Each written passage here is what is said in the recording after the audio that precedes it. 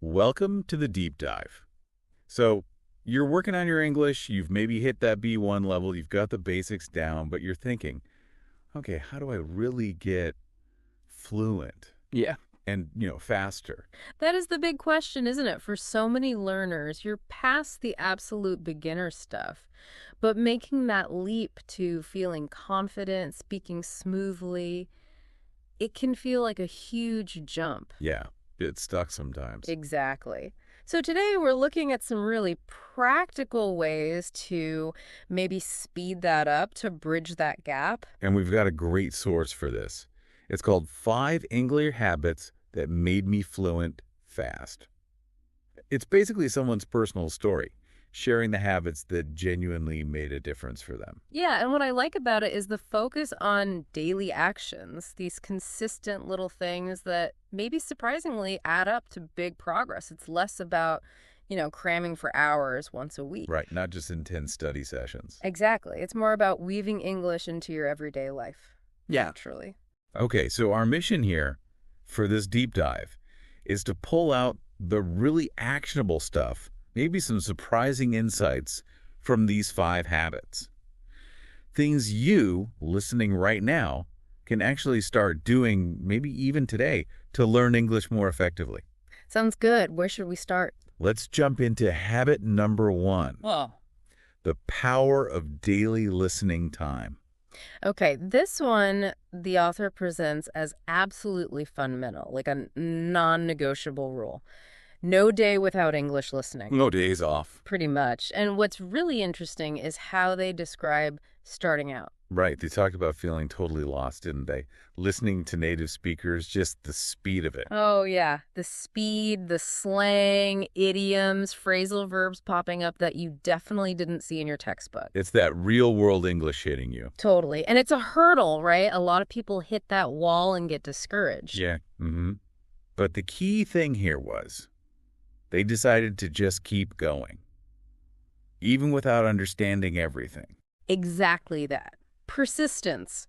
Not waiting until they understood 100%, because let's face it, that takes time. It was about exposure, just getting the sounds in. And they were smart about how they started, not jumping into, complex lectures or anything. No. Really small beginnings. Short videos, maybe 5 or 10 minutes. Things they actually enjoyed. Travel stories, motivational stuff, daily routines. Content they liked. Crucial.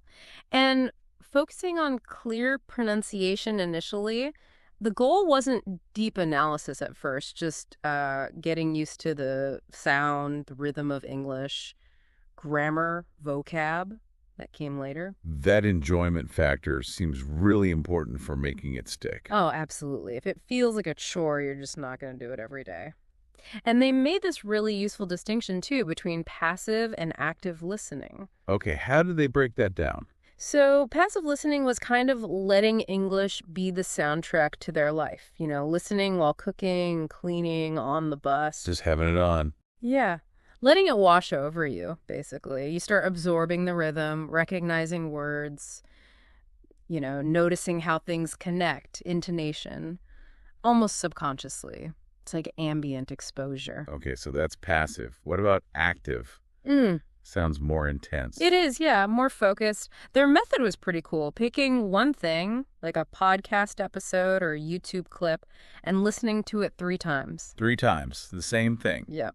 First time, just listen, no help, just get the gist, see what you catch. Okay. Second time, listen with English subtitles or a transcript. Now you pause, you repeat bits that were tricky, look up words you don't know, really figure it out. So that's the deep dive part. Exactly.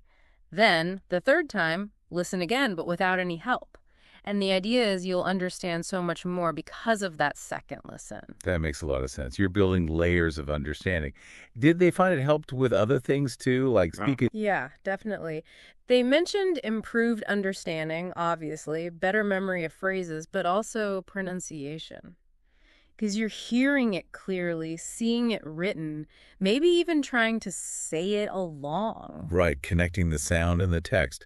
And again, picking stuff you actually like. Tony Robbins, Self-growth YouTubers, business podcasts, whatever floats your boat makes that active listening feel less like work. For sure. And the results they described were pretty compelling. Less need for subtitles over time. That's a big milestone. Huge. Starting to actually think in English, understanding fast conversations better, and feeling more confident when it came time to speak, just from all that input. Like filling the tank. Pretty much. That daily immersion time, even if it was just 15 dedicated minutes, seems to have had this massive impact. And mixing it up helped, too. How so? Different sources. Yeah. Like podcasts for conversational style, maybe while walking. YouTube videos for the visuals helps understanding. Audiobooks for longer focus, maybe before bed. Even English music with lyrics great for getting phrases stuck in your head. Oh yeah, music's great for that. And news for more formal language, current events. Each type offers something a bit different. And it feels empowering too, right? Doing it yourself, not needing a teacher for every step. Totally. Self-directed learning.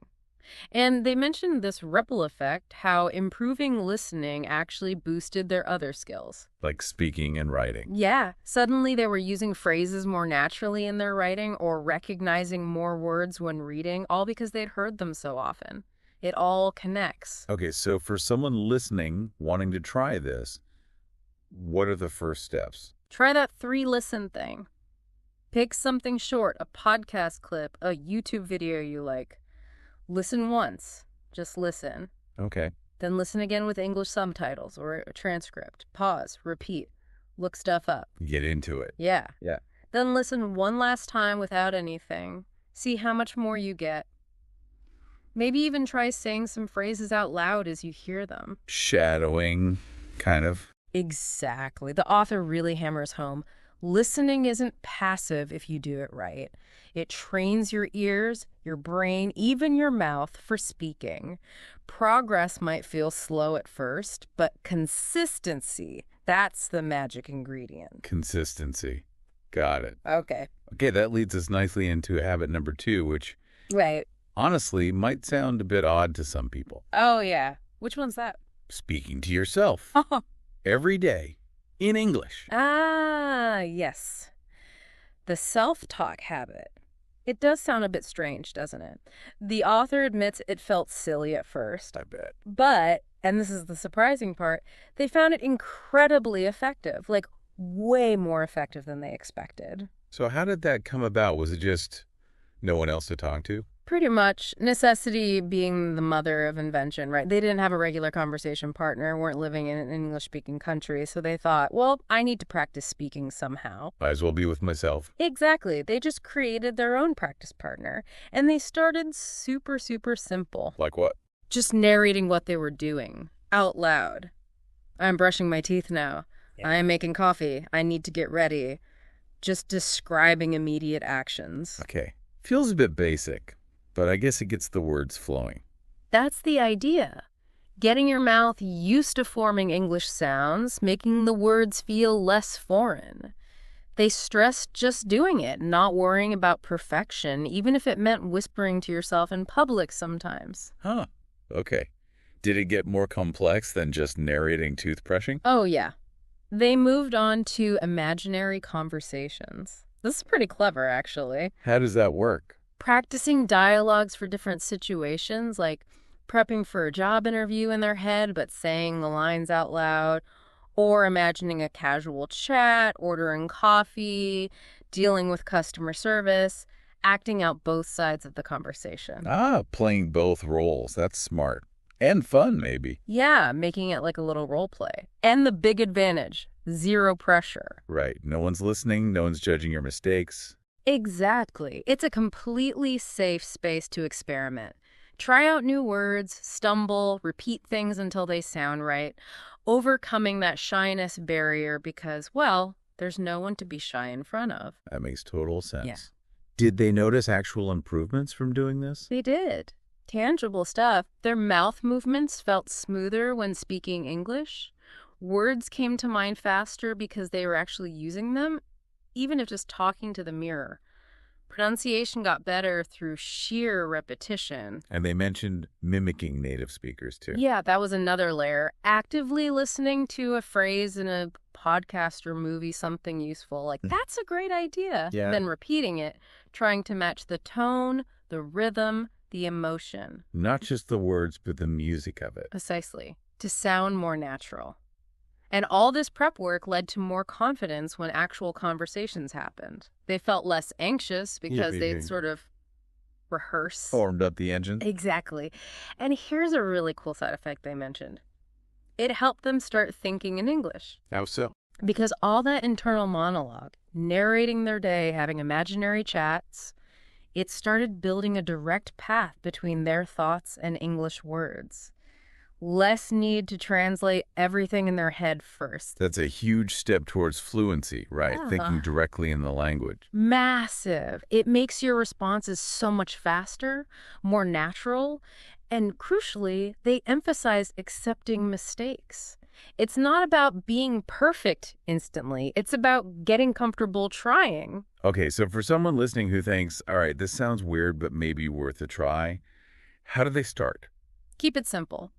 In the morning, try saying your plan for the day out loud in English. Today, I need to. Oh, As you're doing things, just describe them. I'm walking to the kitchen. I'm checking my email. Try one of those imaginary conversations. What would you say if you met an English speaker today? even just a short one. Yeah. And pick a useful phrase you heard, repeat it a few times, play with the intonation. The initial awkwardness fades, honestly, and it's such powerful practice because it's active. It's free, too. Totally free. All you need is your voice and your thoughts. The author compared it to learning an instrument or riding a bike. You can't just read about it. You have to actually do it. Makes sense. So the advice is, speak out loud. Don't worry too much about errors initially. Just get comfortable. Every word you say is a step forward. Okay, habit 3. This one is the 1 word a day rule, which again sounds almost too simple. Like, can 1 word a day really make a big difference? It does seem counterintuitive, doesn't it? But the author insists it works. And the logic isn't about the sheer number of words, but the depth of learning and the active use of that one word. Okay, unpack that a bit. Depth and active use. So it's not just about seeing a word and its definition. It's about really understanding it, how to use it, remembering it, and then this is key, making a conscious effort to actually use that word during the day. So choosing words that are actually useful to you. Exactly. Not just random words from a list. Pick something relevant. The example given was learning the word curious. Then the commitment was to find opportunities to use curious in thoughts or sentences that day. Like, I'm curious about that new cafe or something. Precisely. And going deeper by creating example sentences. Not just one, but maybe 3 different ones to see how it works in context. I am curious about new cultures. He gave me a curious look. She has a curious habit. It helps grasp the nuances. Right. You see its flexibility. And that active use part is about making it stick, right?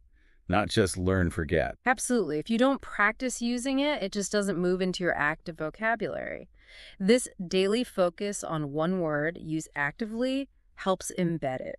And doing that consistently, day after day, Adds up over time. exactly, you end up building a solid, usable vocabulary without feeling overwhelmed like you might trying to memorize huge lists.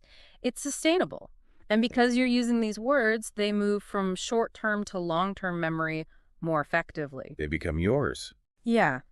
The author used the example of learning challenge. They focused on it, used it, and then started noticing it just popping up naturally in their conversations later on. It became integrated. And focusing on personally relevant words must help with motivation, too. Huge difference.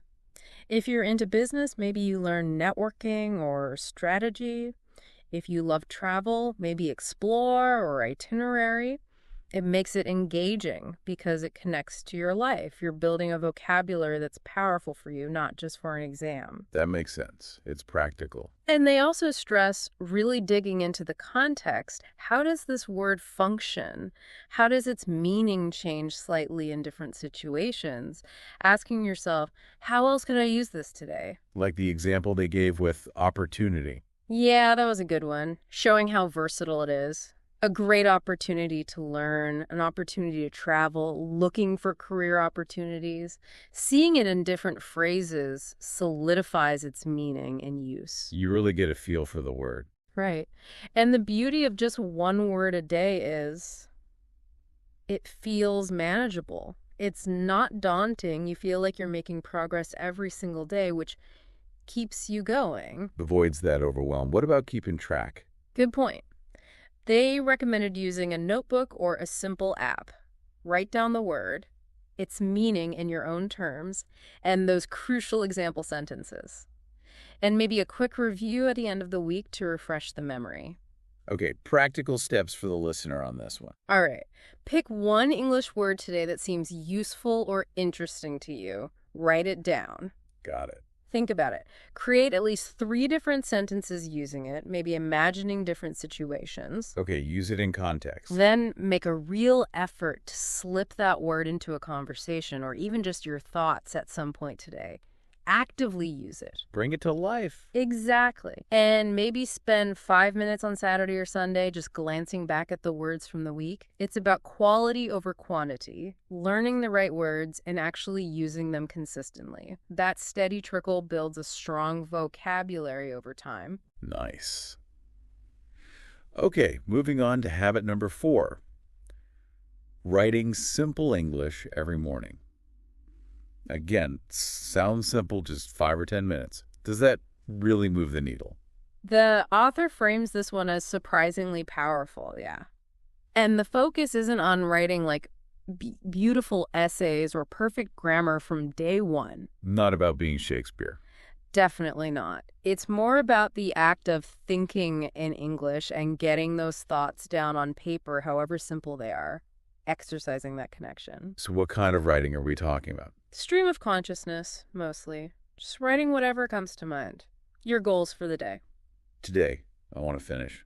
Reflections on yesterday. Yesterday, I watched a good movie. How you're feeling. I feel a bit tired today, but also excited about. No pressure, just flow. Just getting the English brain switched on. Exactly. And they admitted feeling hesitant at first, worrying if it made sense or if it was full of errors. But the power they discovered was in organizing their thoughts in English and, crucially, spotting the gaps. Ah, so the writing reveals where you're struggling. Precisely. You might write a sentence and think, that doesn't feel quite right. Like their example, I want to meet with my friends this weekend. Writing it down makes you pause and maybe realize, should be this weekend. So you catch your own mistakes. Yes. Before they become fossilized habits in your speaking, it's private self-correction. A safe space to see your errors without embarrassment. That's actually a really valuable aspect. And does it just make you more comfortable with English overall? That's the idea. They called it exercising the English brain muscle. The more you do it, the more comfortable you become just thinking and expressing basic ideas in English, even if it's just on paper for yourself. And you might start noticing patterns too, like words you overuse or topics you need more vocabulary for. Definitely. If you find yourself writing about your job every day using the same few words, it's a signal. Maybe I should learn some more work-related vocabulary. It acts like a mirror reflecting your strengths and weaknesses. Self-discovery through writing. And presumably the writing itself gets better over time. Naturally. Clearer sentences, better structure, ideas flowing more smoothly. It happens gradually. And the resources needed are minimal. Right, super minimal. Pen and paper or just the notes app on your phone. 5 or 10 minutes, that's it. Length doesn't matter. Perfection doesn't matter. Consistency does. Okay, so actionable steps for this writing habit. Start small. Just 1 or 2 paragraphs each morning. About anything. Anything at all. Your plans, your feelings, what you had for breakfast. Don't censor yourself. If you need a word you don't know, look it up. Try using it. Okay. Notice grammar points that feel tricky. Make a mental note. Maybe look them up later. But don't get bogged down in perfection during the writing itself, except that mistakes will happen. It's part of learning. Exactly. The long-term payoff is improved writing, more confidence, thinking more naturally in English, just feeling more at home in the language. Consistency, not perfection. Just start tomorrow morning. All right, on to the final habit, number 5. Watching English content with English subtitles. The author called this one a game changer, a small adjustment with a huge difference. Yeah, this one seems to have been a really pivotal shift for them. They specifically contrasted it with what they used to do. Which was watching with subtitles in their own language. Right. Which, helps you follow the story, but your brain isn't really engaging with the English being spoken. You're mostly reading in your native tongue. Makes sense. Your brain takes the easy route. Exactly. So the big change, the breakthrough, was switching those subtitles to English. So you're hearing English and reading English simultaneously. Precisely. And that creates this powerful connection. You hear a word, you see how it's spelled, you link the sound to the text. It helps with pronunciation, spelling, understanding everything. The example given was the word thought, finally seeing how it was spelled after hearing it loads of times. Connecting the dots? Was it easy straight away? No, they admitted it was challenging at first. Lots of new words, fast dialogue still felt fast, but the key was persistence. Keep watching, keep listening, pausing, replaying sentences if needed, not giving up when it felt difficult. Sticking with it. Yeah. And they mentioned shadowing here, too. Yes, using the subtitles to help with shadowing. Repeating sentences right after or along with the speaker, trying to match their intonation, rhythm, emphasis. Using the subtitles as a script for your own practice. Kind of, yeah. It trains your mouth muscles, helps you sound more natural. It's a really active way to use subtitles. And did they find their understanding improved over time doing this? Significantly. They started relying less and less on reading every single word of the subtitles. They were catching more just by listening, which was proof the method was working. That must feel great, noticing that improvement. Absolutely. And again, the crucial element, enjoyable content. Right, it has to be stuff you actually want to watch. Or else you won't do it. Netflix series, TED Talks, documentaries, even cartoons. Whatever keeps you engaged makes the learning sustainable, almost effortless, because you're enjoying yourself. And different types of content offer different benefits. Yeah. TV series are great for that every day, casual conversation slang, idioms, how people really talk. What's up? That's insane. Stuff not always in textbooks. Real-world English. Exactly. Documentaries or TED Talks might give you more specific or formal vocabulary related to your interests, science, business, history. Good for targeted learning. And things like animated shows can be brilliant too, especially earlier on. Often clearer pronunciation, simpler sentence structures, good for basic vocabulary. Something for everyone, really. Yeah. And you can adjust the difficulty too, right? Totally. Slow down the playback speed if you need to. Rewind and rewatch a tricky scene. Or, as you get better, maybe even speed it up slightly for a challenge. Adapting it to your level. And the main goal isn't to understand every single word, especially at first. It's about immersing yourself, getting the general meaning, letting the language flow around you, supported by the text. Okay, so action steps for putting this subtitle habit into practice. Find a show, movie, or YouTube video in English that you think you'll enjoy. Something you're actually looking forward to watching. Step 1. Fun. Essential. Then turn on the English subtitles. Watch a short chunk, maybe 5 or 10 minutes to start. Listen carefully, read along. Pause if you need to catch up or understand something. Okay. Try repeating some sentences out loud. Do a bit of shadowing, see how it feels. Give it a go. And then maybe try watching a minute or two without the subtitles. Just challenge yourself slightly. See what you can catch just by listening now. Push yourself a little. Gently, yeah. The key is enjoyment and consistency. If you find stuff you love watching, this habit becomes easy. And the long-term impact on listening, pronunciation, vocabulary, and just overall understanding is huge. It really does pave the way to thinking in English without needing those visual aids. Fantastic. So let's quickly recap those 5 habits we've dived into. We had daily listening time, Speaking to yourself every day. the one-word-a-day rule, Daily simple writing. and watching English content with English subtitles. 5 really practical, powerful habits. But it's important to stress, these aren't magic tricks, right? There's no instant fluency button. No, definitely not. They all require time, patience, and maybe most importantly, consistency. Showing up and doing them regularly. Absolutely. Small, regular efforts compounded over time. That's the secret sauce, if there is one. So the encouragement for everyone listening is, don't feel overwhelmed. Don't feel you have to implement all 5 perfectly tomorrow. Please don't. Just pick one. Which one resonated most with you? Which one feels like the easiest or most interesting one to start with? Try adding just that one habit to your routine this week. And maybe next week, if that's going well, think about adding another. It's a gradual process, building these routines over time. Fluency is a journey. Exactly. So here's a final thought to leave you with. Reflecting on these 5 habits, the listening, the self-talk, the one word, the writing, the subtitles, which one sparks something for you right now? Which one feels like it could fit into your life? And what's one tiny specific action you could take, maybe even right after listening to this, to put that habit into motion?